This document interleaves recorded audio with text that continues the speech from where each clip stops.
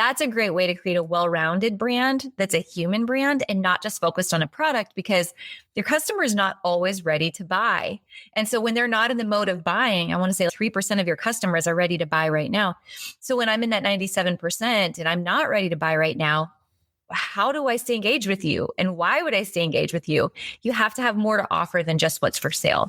Welcome to Human First Founders, the podcast for down-to-earth entrepreneurs who care deeply, think differently, and want to build a business that actually feels good to run. I'm your host, Kinsey, founder of Authentic AI, and your go-to gal for real talk about branding, mindset, storytelling, and showing up in a way that feels aligned. Every week, we're diving into honest conversations with creative founders, thoughtful strategy that you can actually use, and the human first side of building your brand in this digital age. Let's get into it.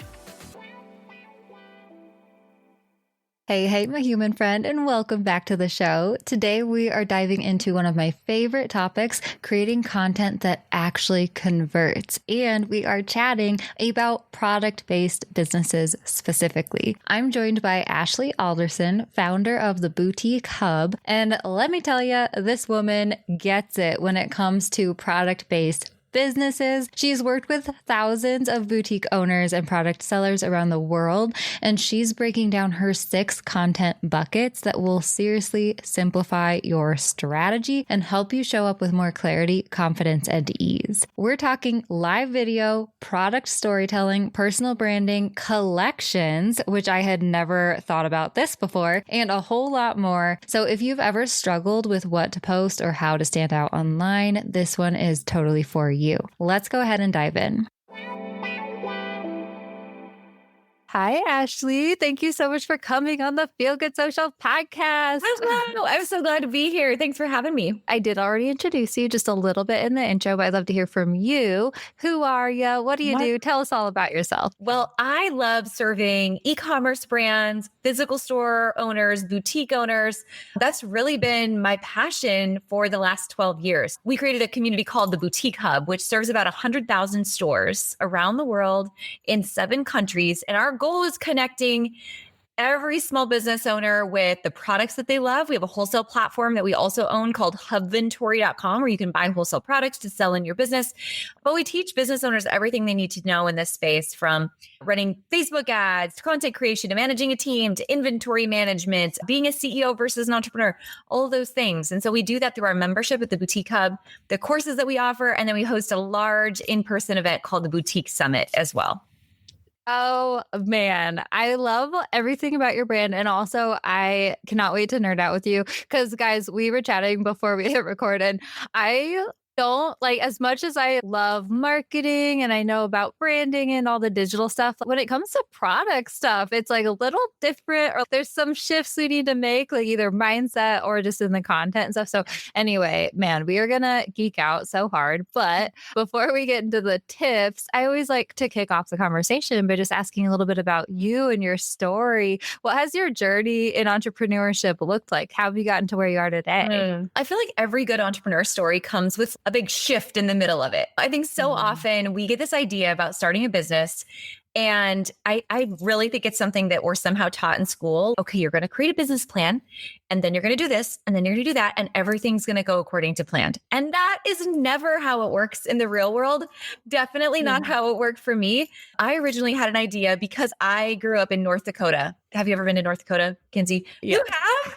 No one has ever been to North Dakota. I'm shocked. I grew up in Montana, and we had family in Indiana, so we drive through North Dakota. But I understand North Dakota, but not very many people do. No. Go on. Okay, we need to have a whole conversation, side note, on Montana. I grew up on the North Dakota-Montana border, and middle of nowhere. We had a lot of like small shops in our community. I loved those small shops. But then when I left North Dakota to go to college, I really fell in love with boutiques around the world. And when I say boutique, it could be a beautiful store in the big city downtown somewhere.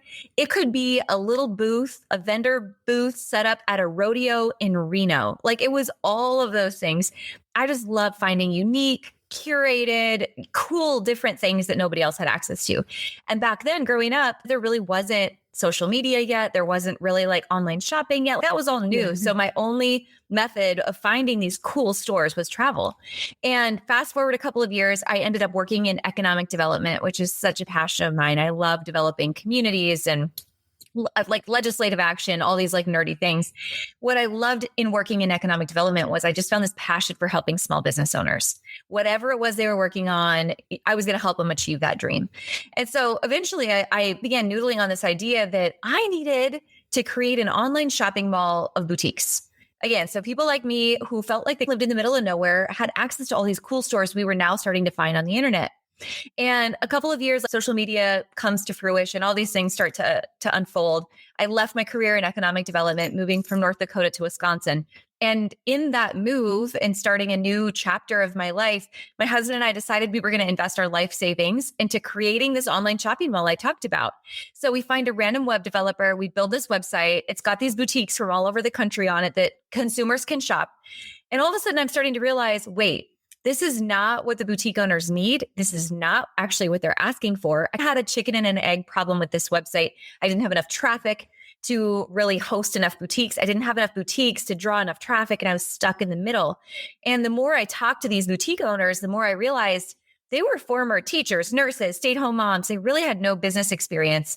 They just needed to know how to grow the business. And thankfully, that background in economic development really came into play. And I just have always believed it's not just what you know, but it's who. So I told all of these ladies, I was like, look, I'll teach you everything I know about business, but wherever I have a gap, I'm just going to find an expert to bring to the community to share with you. And so organically, we started to build this large community of retailers around the world. In 2016, we launched our first membership.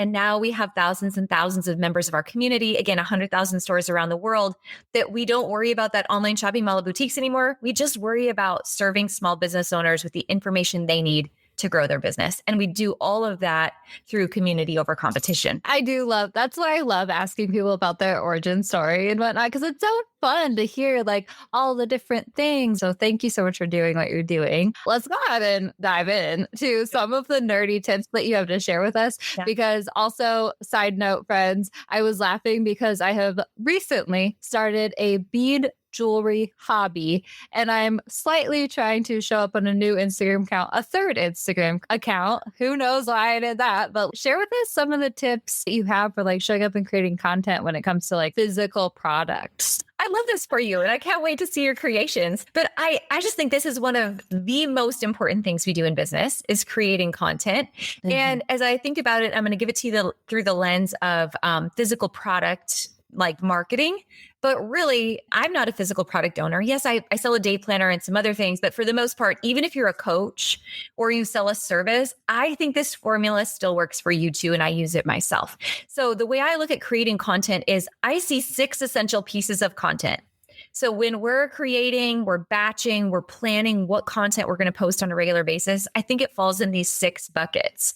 And these 6 buckets for me really came from a larger overarching strategy, which I call our content recipe. And I think a content recipe is comprised of branded content. So behind the scenes, get to know you. Why do I want to follow you type content? Sales content. So what is it that you're selling? And then engagement content. Just get me to stop the scroll and engage with what you've got going on.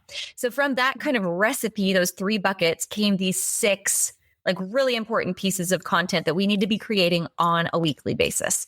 The first one is live content.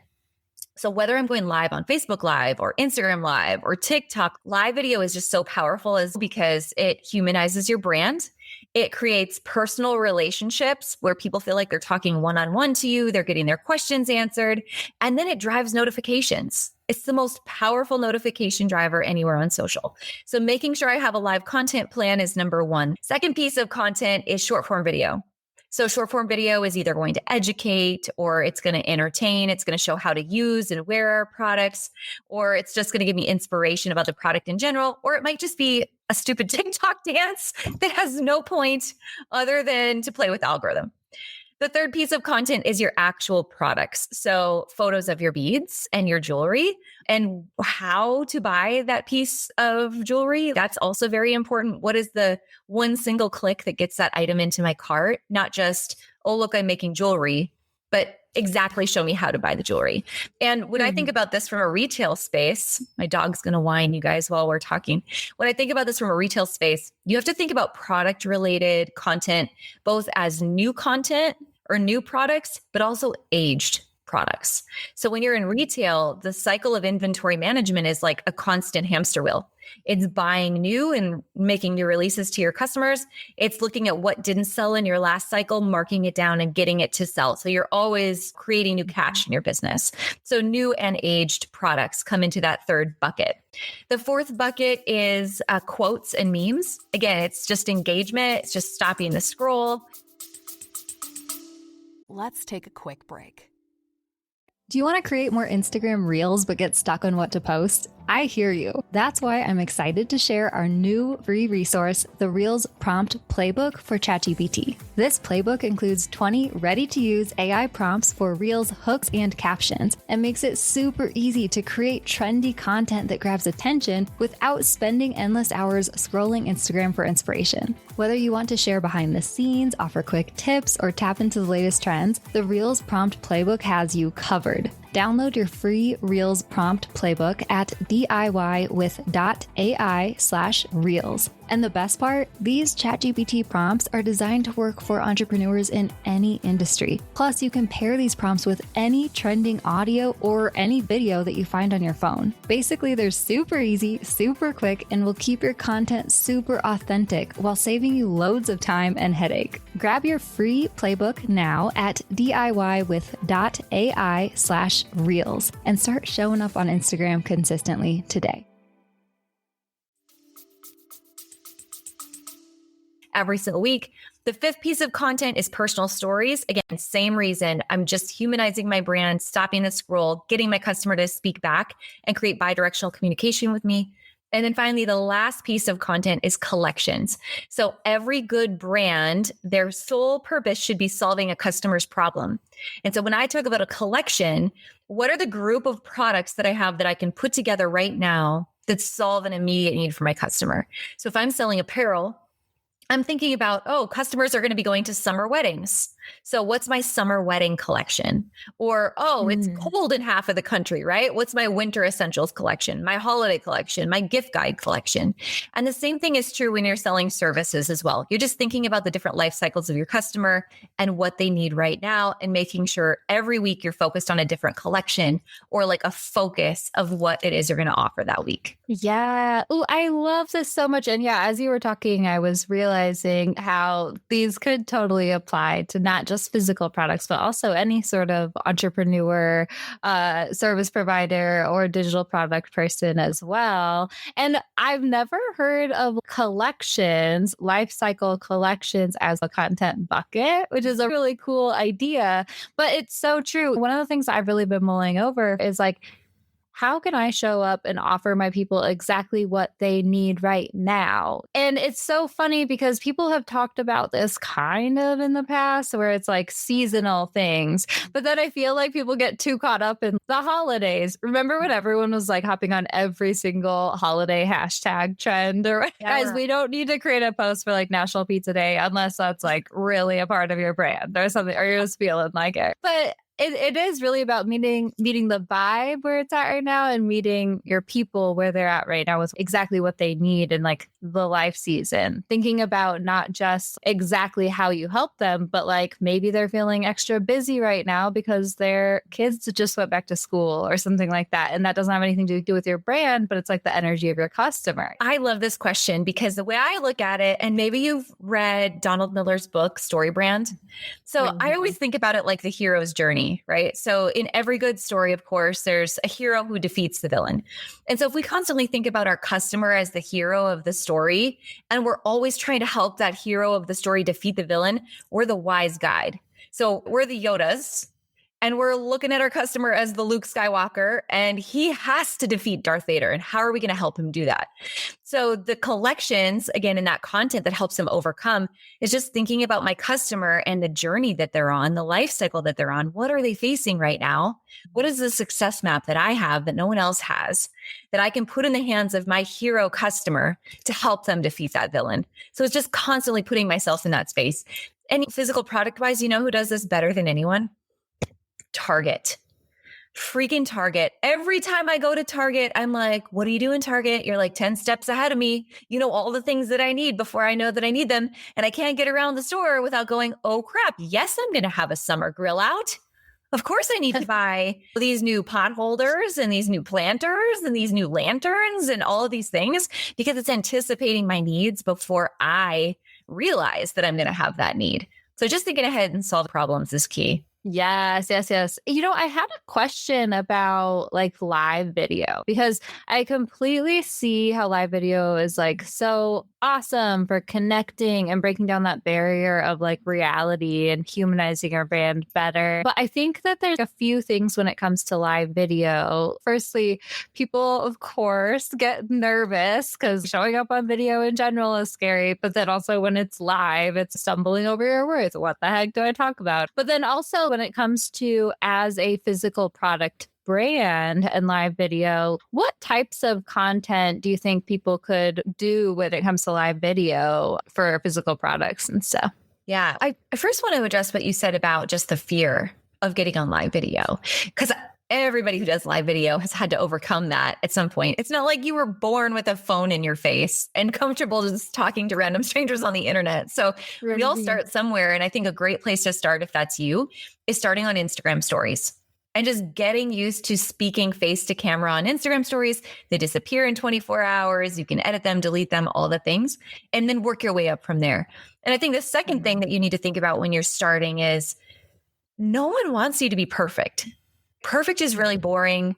Perfect is unattainable. People want to know like that you have a little bit of a crap show in your life, just like they have a little bit of a crap show in their life. They want to know that you're human and relatable and that you make mistakes. And yeah, you might fumble over your words, and that's great. They're going to love you more when you do that. So don't set this false expectation that it has to be so great, because it just really doesn't. And then when you start your live video journey, it can be a number of things. So in the retail space and in the product space, there's a huge trend that's called live selling, where I'm showing like one product after the next. And in China, this is like the number one way people buy products. So that idea is I'm using technology that I'm scanning in a product. It automatically pulls up on my screen and my customer can watch me going live talking about the product, but then check out with that one click of a button on the screen. So that's a whole, again, it's a different type of e-commerce, and you can get there, but you don't have to start there. So I might think of live selling just as maybe a live show. Like it's Wind Down Wednesday and it's Ashley just sitting here talking about her favorite products, and a live podcast. I might have a guest or an employee or a customer or somebody join me. Those like just little like example shows too, where you're doing try-on sessions, fit videos, demonstrating products. That sort of thing works really well live as well. Again, those of you in retail in the product space, if you're going to markets, if you're buying your products, going live while you're doing that, or you can see while you're making jewelry, going live while you're beading something. We see it on TikTok. Going live shipping orders is another big piece of it.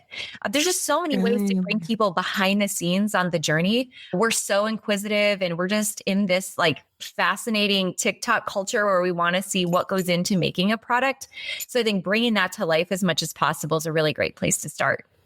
Yeah. Oh, I love that so much. And I think that it's good for people to hear that too, because a lot of times, well, firstly, the perfection thing. Thank you so much for bringing that up. Also, they think that this is boring. Who wants to watch me package up an order? I know it just takes time. And then I have some of our clients who I just have to shout out that are just so, they've gotten to the point where they're so far beyond that. They're into like shock value. They're like, what could I do live that would just make people just stop dead in their tracks?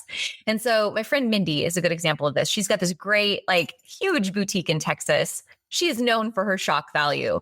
And her husband, Junior, bless his heart, will get on lives with her. And this is maybe like a year ago now. I watched this happen. I was squealing. I was laughing so hard. But she was waxing her husband's nose hairs on live video. And it is the best thing I've ever watched. I was just like, couldn't put my phone down. I was dying. Junior was like crying because she was waxing his nose hairs. This has nothing to do with the products she's selling at all. All it has to do is building a brand, humanizing her and her husband, getting the shock value and the engagement that's coming from social media. And of course, like if I'm going to watch her wax her husband's nose hairs, of course I want to know what she's going to be selling. What is she going to show me as a new arrival? I have to see what products she has to offer. So think about it. It doesn't have to be related to your business at all when you go live. That it can be something that just makes you a human being and it's for fun.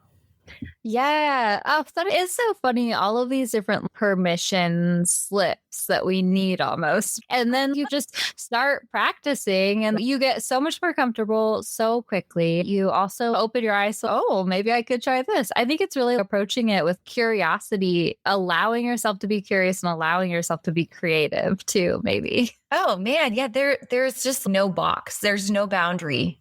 You're only like creating this fake boundary in your mind of what you can and can't share.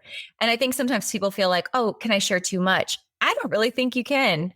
I think people, again, they just want to relate to you as a human being. For profession, this is what I teach. I teach retailers, I teach business owners how to grow their business. The other day I went live organizing my utensil drawer. Knives, spatulas, random things. Because besides the business, my personal brand is I'm also a mom of 3 that are crazy busy. And I'm running this business with these 3 kids. And so sometimes slipping in and thinking about like your content in a couple of buckets, like there's the products you sell, the business you run, but then what are your interests, hobbies, passions, or personal life? Like creating a bucket of your Fab 5, essentially, and making sure you're pulling content from all those areas. That's a great way to create a well-rounded brand that's a human brand and not just focused on a product, because your customer is not always ready to buy. And so when they're not in the mode of buying, I want to say 3% of your customers are ready to buy right now. So when I'm in that 97% and I'm not ready to buy right now, how do I stay engaged with you? And why would I stay engaged with you? You have to have more to offer than just what's for sale. Yes. It's taking like product-based business into the realm of personal branding and how do they intersect? And actually that was going to be my next question is I feel definitely people have maybe this mindset block about bringing their personality and a little bit of personal branding into a product-based business brand. But then also that leads into them struggling maybe to stand out from the crowd online, especially with like online boutiques. It's hard sometimes to figure out how to differentiate yourself. Do you have any tips for people when it comes to that sort of stuff? Yeah, I think standing out, that's to me the number one reason why I would create a personal brand is to stand out from everybody else. Like this sweater that you're wearing or the blazer that I'm wearing. These are a dime a dozen. Anybody can buy these from any number of places, but people aren't really buying just because of the product. They're buying because of the way that you're making them feel.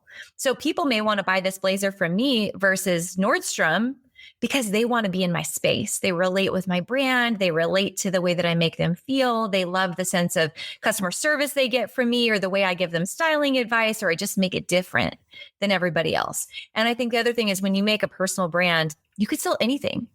Like you might have a personal brand and you might be selling clothing, accessories, jewelry, shoes, whatever it might be, but you can very easily shift that personal brand into also selling information products or providing services or whatever. That brand can go any number of directions.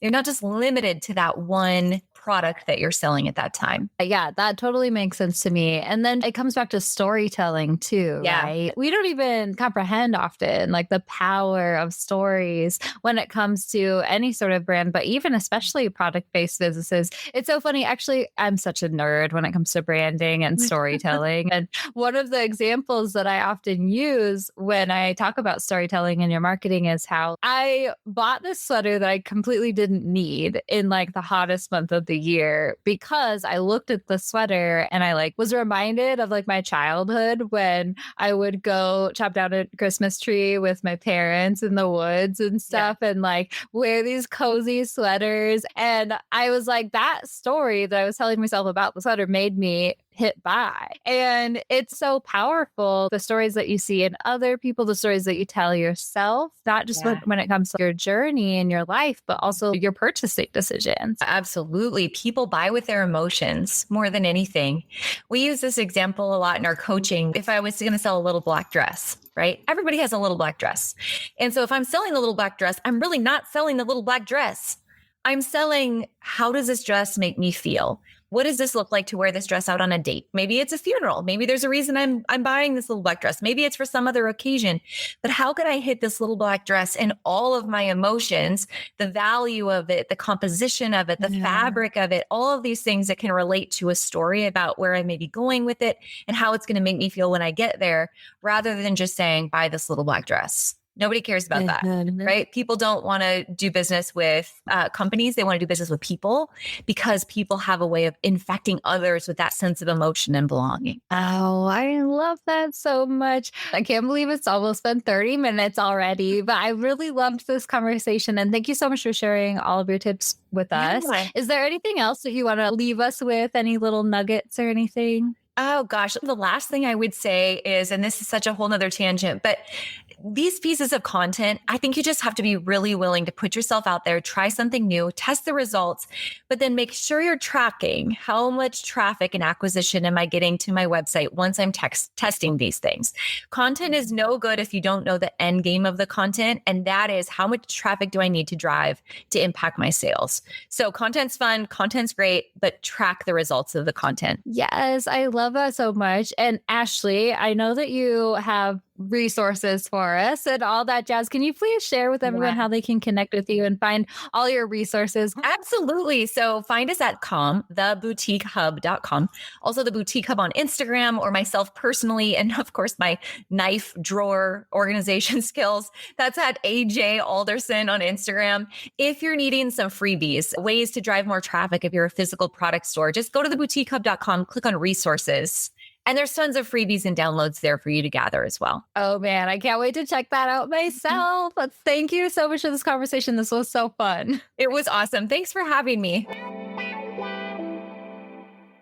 How great was Ashley, you guys? I love how she gave us so many permission slips, things to think about. I loved the different take that she had on content pillars than I know I'm used to. And I know that so many of us, whether you're product-based or not, could glean so many awesome, just actionable tips from this episode. So if you love this conversation as much as me, make sure that you share it with a business friend who should also listen to it. And while you're at it, why not leave us 5 stars or a friendly review on your favorite podcast listening platform, because that really will help us to continue growing our human first community. All right. I hope you have a wonderful rest of your week, and I'll catch you next time I catch you. Thanks so much for tuning into Human First Founders, my friend. If you loved this episode, the best way to support the show is to follow along, leave a quick review, and share it with a friend who also gets it. You can always connect with me and explore more at DIYwith.ai, or come say hey on Instagram at Authentic AI for Entrepreneurs. Keep building boldly, stay human, and I'll catch you in the next one.